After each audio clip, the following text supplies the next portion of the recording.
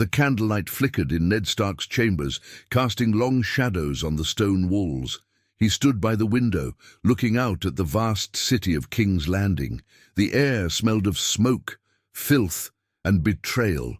Behind him, Renly Baratheon leaned forward. His voice was low but urgent. "Take Joffrey into custody tonight, Lord Stark, before his mother knows what's happening. You have the city watch, and I have men waiting outside the castle." In another life, Ned Stark had refused. He had chosen honor over pragmatism, and it had cost him his head.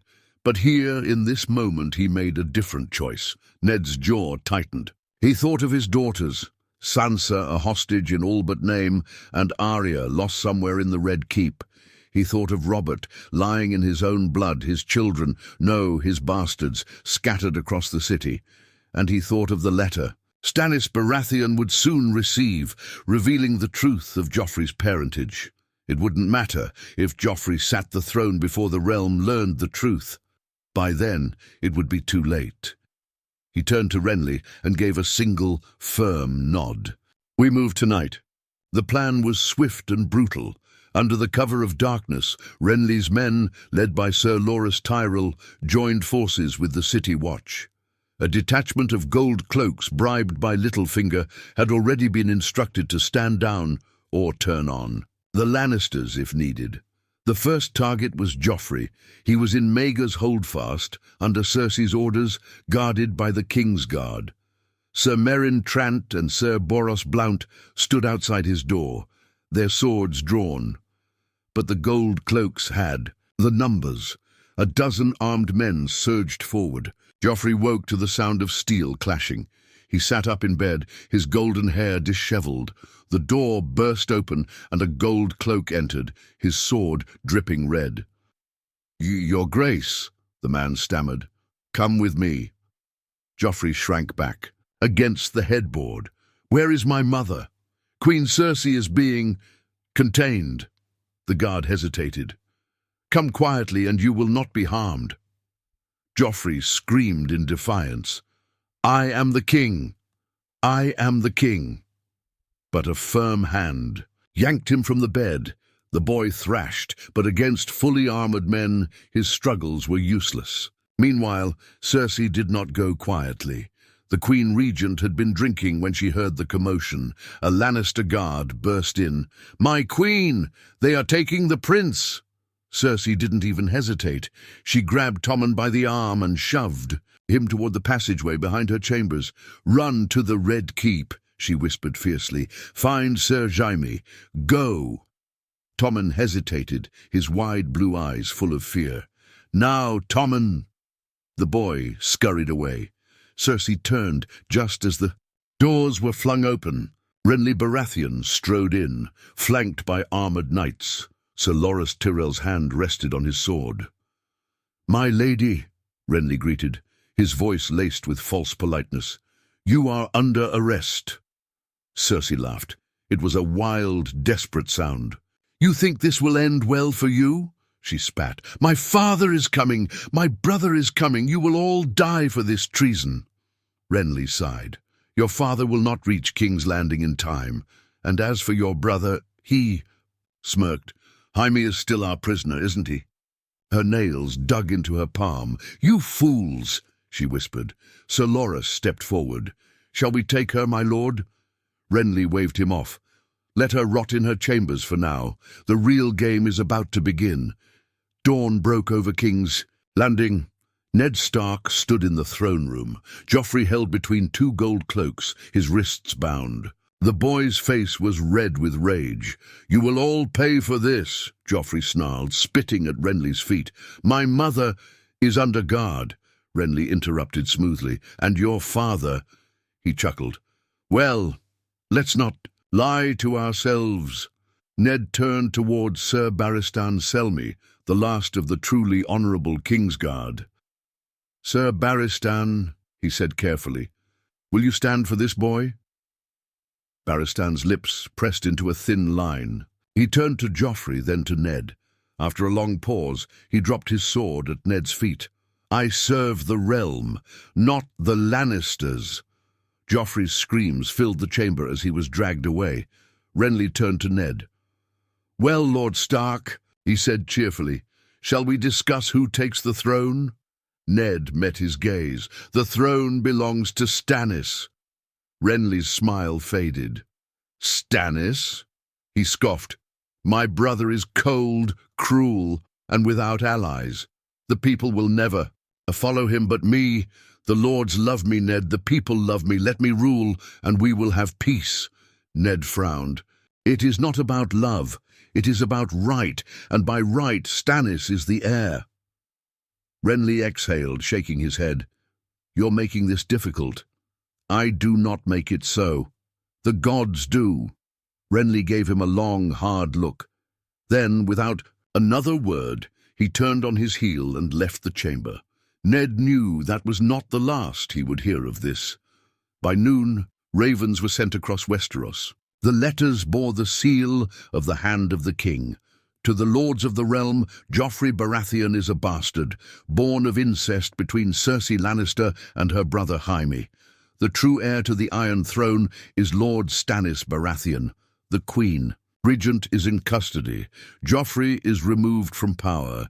King Robert Baratheon has named me, Eddard Stark, as his hand. I ask for your banners. I ask for your loyalty to the rightful king. The war begins. The throne room was colder than before, or maybe it was just Ned's heart that had hardened. Joffrey's screams had long since faded down the halls, but their echoes remained. He stood before the Iron Throne, his hands gripping the hilt of his sword as he stared at the monstrous chair of melted blades.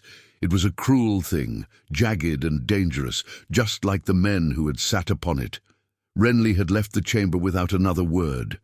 But Ned knew the younger Baratheon was not done scheming. There was ambition in his eyes, a hunger that would not be easily satisfied. Ned wished he could believe that with the truth exposed, the realm would simply fall in line behind Stannis. But men were not so easily swayed by what was right. They followed strength. They followed power. Outside the Red Keep, the city was stirring. The gold cloaks now wore their loyalty openly, standing guard over the streets, keeping watch for any Lannister loyalists who might think to strike back. The people had awoken to rumors.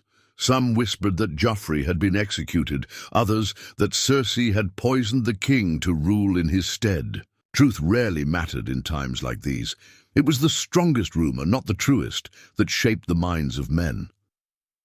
In the Tower of the Hand, Ned gathered his most trusted allies. Sir Barristan Selmy sat across from him, his face lined with the thought. Lord Varys stood by the window, hands tucked into his sleeves, watching the city below with quiet interest. Peter Baelish was there as well, smiling that unreadable smile of his, always 2 steps ahead, always dangerous. Renly arrived last, his cloak still damp from the morning mist. He walked in with the easy confidence of a man who believed he was already king. "So," he said, pouring himself a cup of wine as if he were the host and not a guest in Ned's chambers. "What happens now, Lord Stark?" Ned kept his expression unreadable. "Ravens have been sent to every lord in Westeros. They know the truth of Joffrey's parentage, and they will choose their allegiance accordingly." Renly smirked. "And you think they will all side with Stannis?" Ned met his gaze steadily. "He is Robert's true heir." "That may be," Renly said, taking a slow sip of wine. "But tell me, Ned, do you believe Stannis will rule well?" Ned frowned. "Stannis is a just man." "He is a hard man," Renly corrected. "No warmth, no charm. Do you think the lords of Westeros will rally behind someone who rules like an iron rod?" Ned glanced at Sir Barristan, who remained silent, and then at Varys, whose face was unreadable. He could feel Peter Baelish watching the exchange with amusement. Renly set his cup down and leaned forward. "The realm needs a king they can follow, a king who can inspire. Stannis will bring war. He will burn those who refuse to kneel. He will plunge this kingdom into fire and blood, all for the sake of righteousness." But me, I can rule. I can keep the realm together. You know it's true." Ned sighed. He had expected this, but that did not make the conversation any easier. The throne is not a matter of who is liked best. It is a matter of law. Renly shook his head.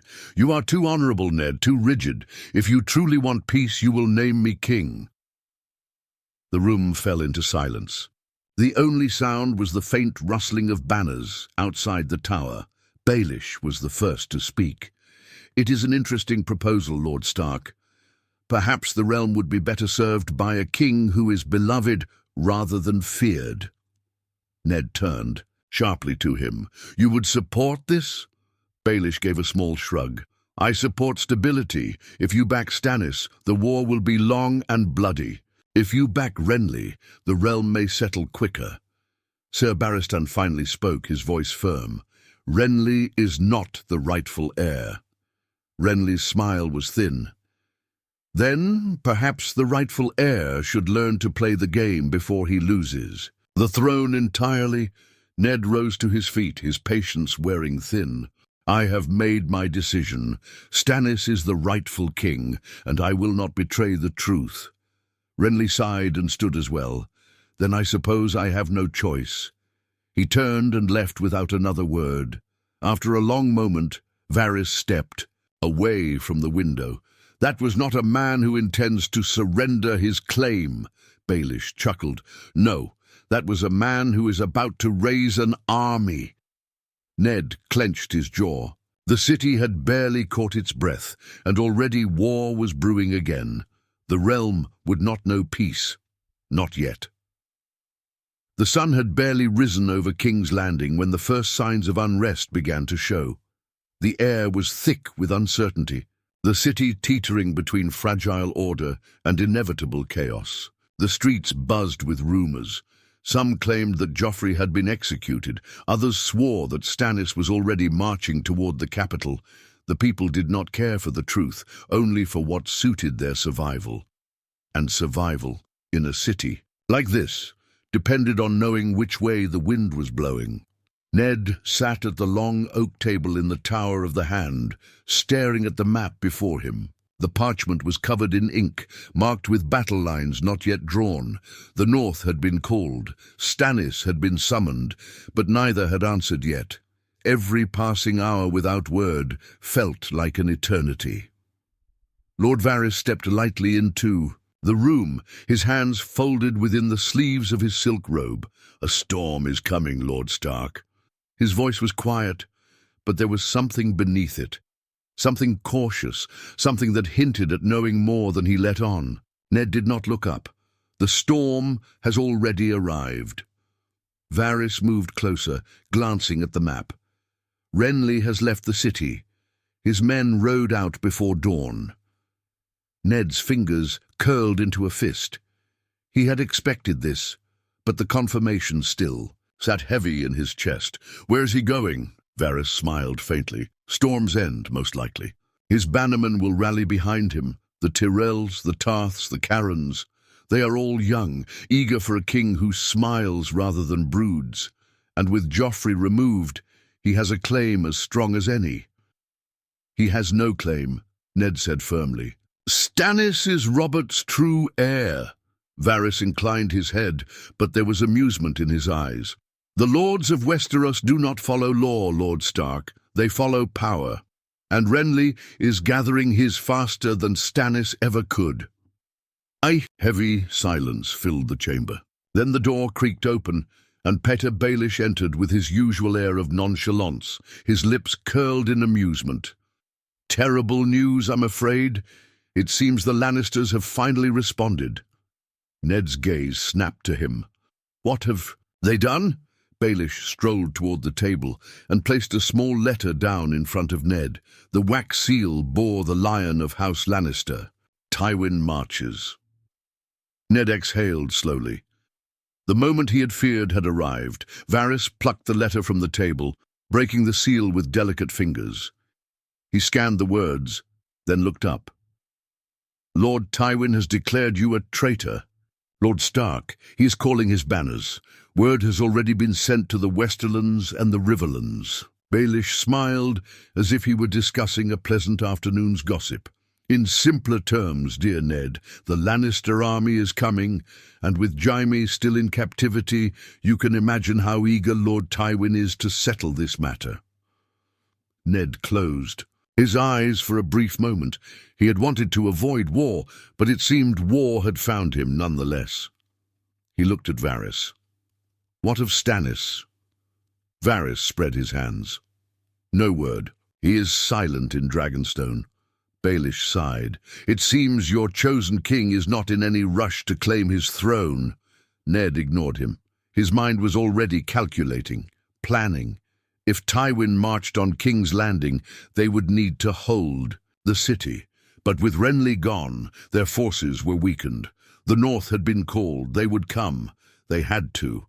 And if Stannis did not answer, then Ned would have to find another way to defend the throne he had never wanted. Outside, the city bells rang in the distance, a sound of warning, a sound of war. The game was far from over. The city was changing. Fear hung in the air like a thick fog, settling into every alley and shadowed street. The people of King's Landing had seen power shift hands before, but never like this. The Lannisters had ruled through fear and wealth. Now, with Joffrey imprisoned and Cersei under guard, their grip had slipped. And yet, despite their fall, whispers of their vengeance spread through the streets like wildfire. Ned stood atop the walls of the Red Keep, looking out over the city. Smoke rose from distant rooftops, proof that the city was already unraveling at the edges. The gold cloaks patrolled the streets below, but he knew they were not enough.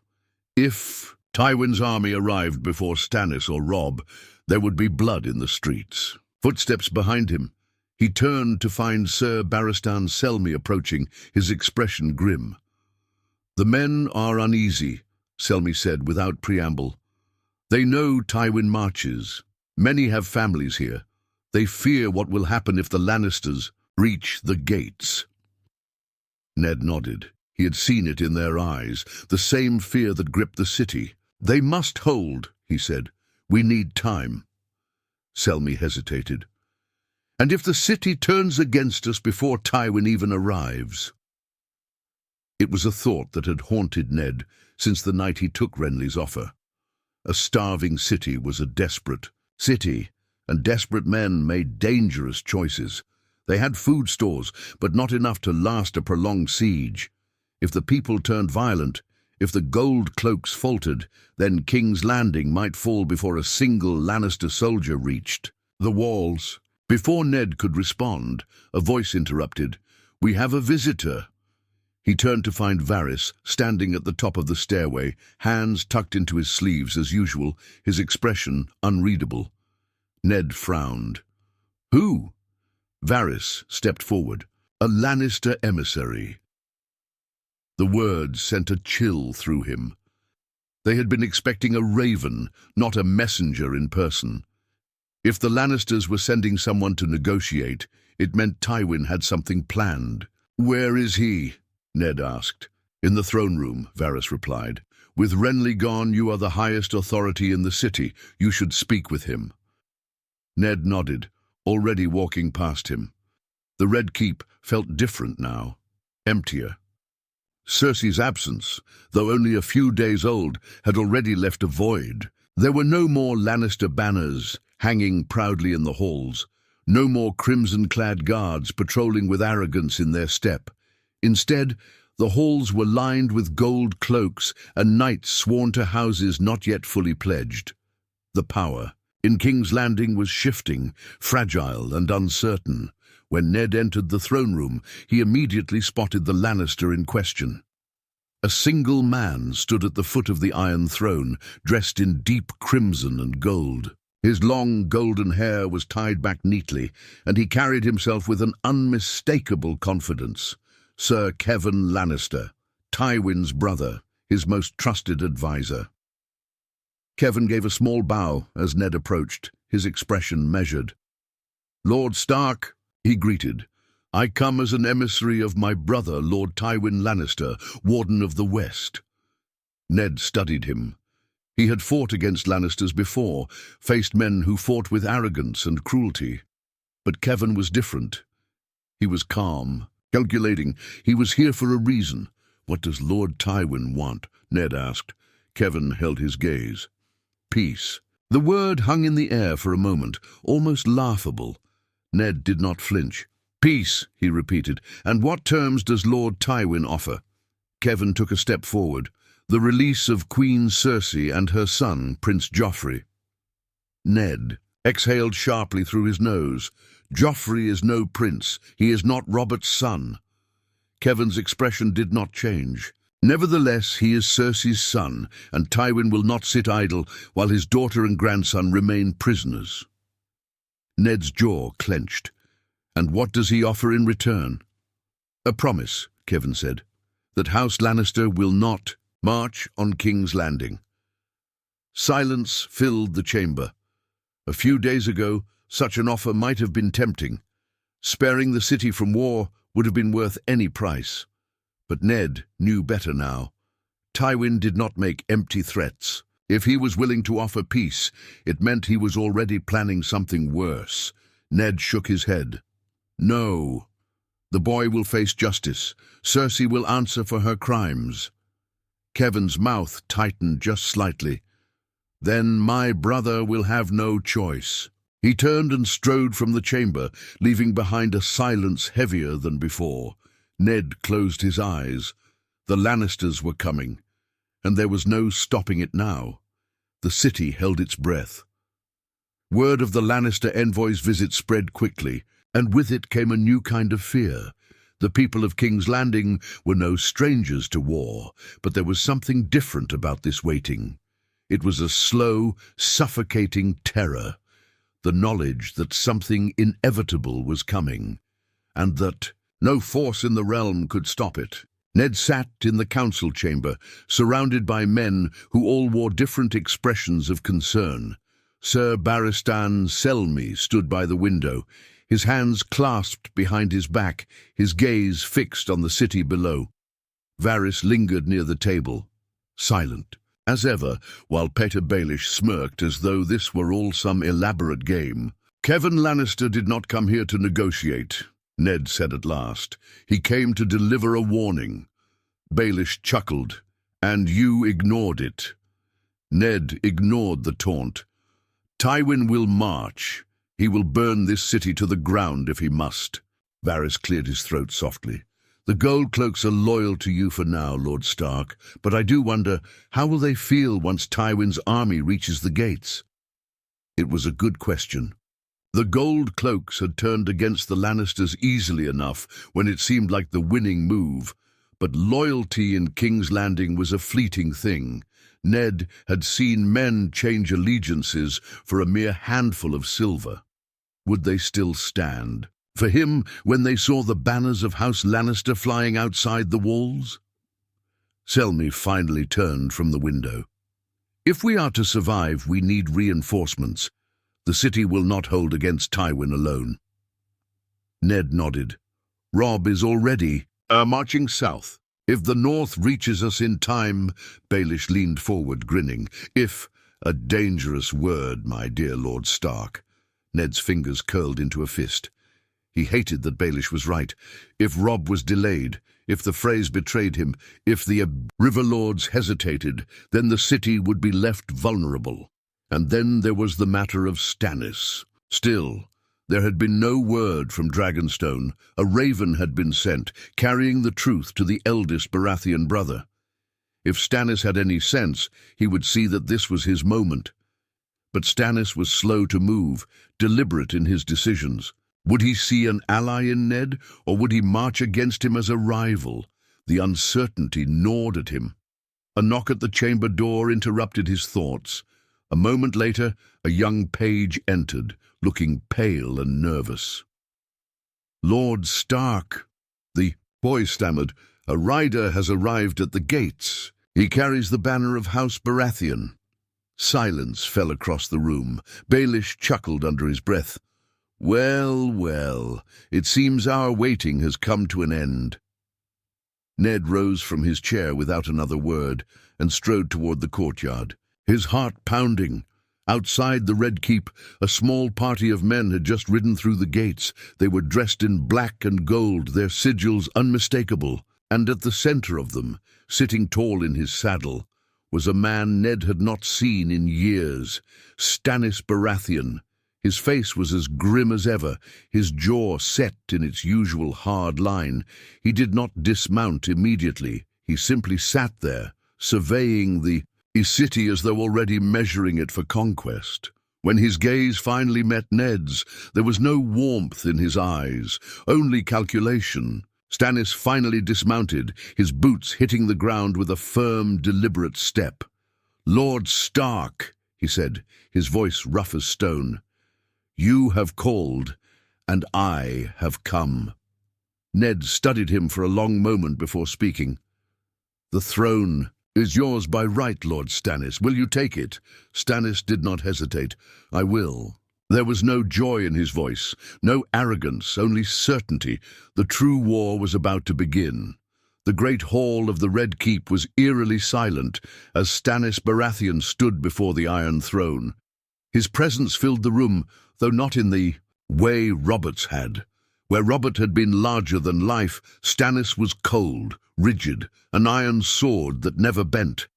He was not here to inspire men. He was here to claim what he believed was his by right.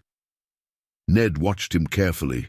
He had fought beside Stannis at Storm's End, had seen firsthand the kind of man he was, unyielding, relentless, just, but justice alone would not win him the throne. "I have received your letter," Stannis said, his voice flat. "You have done well to remove the boy from power.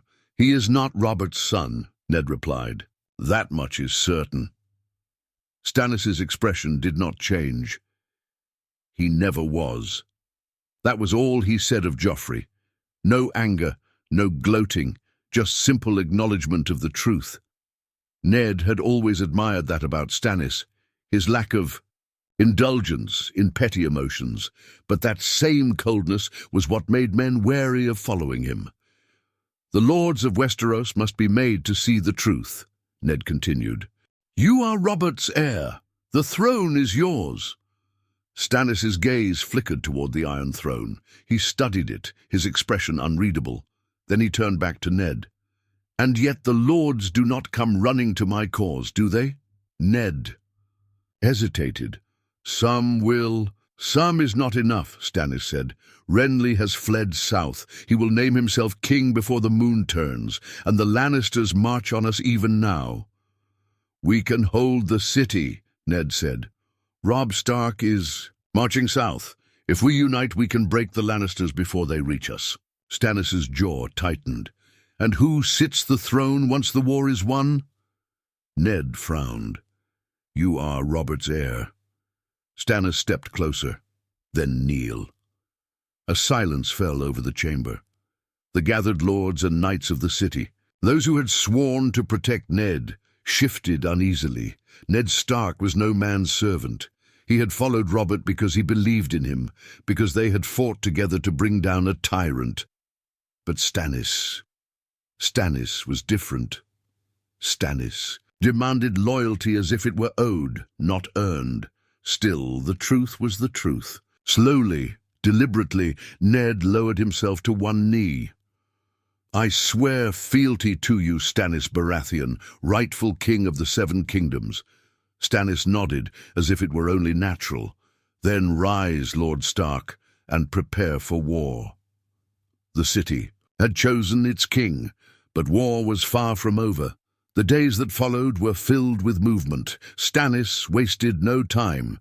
His forces, though fewer in number than Ned had hoped, were disciplined and well-trained. His ships had sailed from Dragonstone, blockading the mouth of Blackwater Bay. The Red Keep was fortified, the gates reinforced. The North was still marching, but there was no word from the River Lords. The Vale had remained silent, and Renly was raising his banners. The news arrived with a raven 3 days after Stannis's arrival. Renly had declared himself king, naming himself the rightful heir of Robert Baratheon. The Reach, led by Mace Tyrell, had sworn for him. The Stormlands were divided.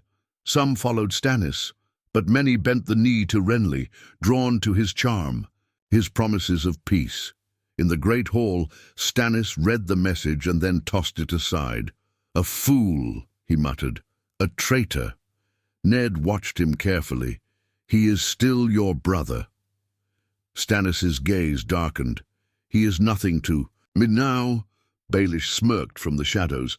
"And what will you do about him, your grace?" Stannis turned to Ned. "Would your son fight against Renly?" Ned stiffened. "Robb marches against the Lannisters. That is our war." "Our war?" Stannis echoed. "This is one war, Stark. One throne. Your son will have to choose." Ned frowned. He had not thought of Robb's campaign as anything more than vengeance for his father's imprisonment, for the Lannister treachery. But now, with the realm divided between three kings, the question became harder to ignore. If Robb claimed the North as his own, would he bend the knee to Stannis, or would another war be needed to decide the fate of Westeros? "Robb is loyal to his family," Ned said carefully. "Then let him prove it," Stannis replied. "The North fights for the throne, or it stands alone." There was no room for compromise in Stannis Baratheon. Outside the Red Keep, the bells rang once more, a reminder that war was coming, and no man, not even Ned Stark, could stop it now. The war had begun before a single sword was swung. The streets of King's Landing had grown tense, the air thick, with a sense of impending doom. Whispers of Renly's coronation spread like wildfire, carried from the taverns to the marketplaces. With the Reach and half the Stormlands behind him, Renly Baratheon was not just another pretender. He was a real threat. Ned stood in the war chamber with Stannis and his commanders, gathered around a map of Westeros. The banners of House Baratheon, now black and gold with the fiery heart of R'hllor, had been placed over King's Landing. The Lannister sigil marked their forces moving from the west. And south, near Storm's End, was Renly. Sir Davos Seaworth, standing to Stannis' right, pointed at Renly's position. "His army is 10 times the size of ours, my lord. If he marches north, we'll have to fight him before we can even deal with the Lannisters." Stannis scowled. "I will not let my treacherous brother steal what is mine." Ned watched him carefully. The longer he stood beside Stannis, the more he understood why the lords of the realm hesitated to support him. He was hard, unyielding, utterly convinced of his own righteousness. Renly was younger, charming, a man who smiled easily and promised peace. The lords of Westeros had never cared for the true line of succession. They cared for power, and power in their eyes belonged to the man with the most swords. Baelish, lounging lazily at the edge of the table, smirked. "Perhaps there's another way." Stannis shot him a glare. "Speak plainly or don't speak at all." Baelish chuckled. "Very well. If Renly is the problem, why not remove him?" The room fell silent. Ned narrowed his eyes. "You're suggesting assassination." Baelish gave an innocent shrug. "A quiet death, no battle, no war. The Reach bends the knee, and we march west to break the Lannisters." Stannis' lips pressed into a thin line. "I am no coward." "You're also no fool," Baelish countered smoothly. "You think Renly would spare you if your positions were reversed?" Ned clenched his jaw. "There will be no dishonor in this war." Baelish turned to him. "And how many men will die for that honor, Lord Stark?" The room grew heavy with unspoken tension. Ned knew the choice before them. If they struck first, they could cripple Renly's forces before they ever reached King's Landing. But it was not the way of the North. It was not his way. Stannis, however, was not Ned Stark. The next morning a raven flew from the Red Keep, bound for Storm's End. The city waited. Every night the people whispered about the armies marching toward them. Renly had not yet moved north, but he had made his intentions clear. He was king, and he would take what was his. And then, one night, the news arrived. Renly Baratheon was dead. He had been in his tent, preparing his battle plans when it happened. His guards found him cold, his skin pale, his eyes wide with shock. There was no sign of struggle, no blade, no poison, just death. The lords of the Reach were in chaos. Some accused Stannis, others claimed dark magic. But whatever the truth, one thing was clear: Renly's army was without its king. Ned sat in his chamber, staring at the letter that confirmed the news. He had not given the order, but he had known it was coming, and that made him complicit. A knock at the door. When he opened it, Sir Davos stood there, his face unreadable. "It's done," he said quietly. Ned nodded, his mouth dry. "There will be war," Davos continued, "but not with Renly." Ned did not respond, because he knew that Stannis had just won his greatest battle without lifting a sword, and for the first time, Ned wondered if he had chosen the wrong king.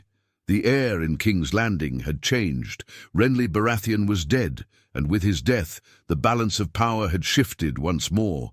The Reach was in disarray. Many of Renly's bannermen, uncertain and leaderless, had begun bending the knee to Stannis. House Tyrell, however, had not. Loras Tyrell, grief-stricken and enraged, had taken his household knights and vanished from the camp the night Renly died. His absence left the Tyrells uncertain, hesitant.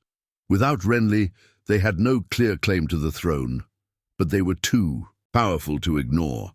Stannis had won a battle without ever drawing his sword, but war was still coming. In the war chamber of the Red Keep, Ned stood across from Stannis, staring at the man who had just become the greatest force in the realm. "You had him killed," Ned said, his voice steady but sharp. Stannis did not flinch. "He was a usurper." Ned clenched his jaw. "He was your brother." Stannis met his gaze without emotion. "He was my enemy." There was no regret, no remorse. Stannis was a man who saw the world in black and white. Renly had declared himself king. That made him a traitor, and traitors had to die. Sir Davos, standing at Stannis' side, looked troubled. He had been loyal to his king, but even he did not seem at ease with how this had happened. "We have what we need," Stannis continued. "The Stormlands are mine. Half of Renly's men now march under my banners. The rest will either follow or burn. We move west next, to crush the Lannisters before they reach us." Ned exhaled slowly. "And what of the Tyrells?" Stannis' expression darkened. "They will kneel, or they will be destroyed." Ned had seen many men sit on the throne, but never one like Stannis. He did not seek glory, nor did he hunger for power the way Robert had. Stannis wanted justice, cold and uncompromising. But justice alone would not keep a kingdom together. "We must be careful," Ned said. "If we make an enemy of the Reach, we make an enemy of their grain, their soldiers, their gold. We cannot fight both the Lannisters and the Tyrells." Stannis studied him. "And what do you propose?" Ned hesitated. There was only one answer, but it left a bitter taste in his mouth.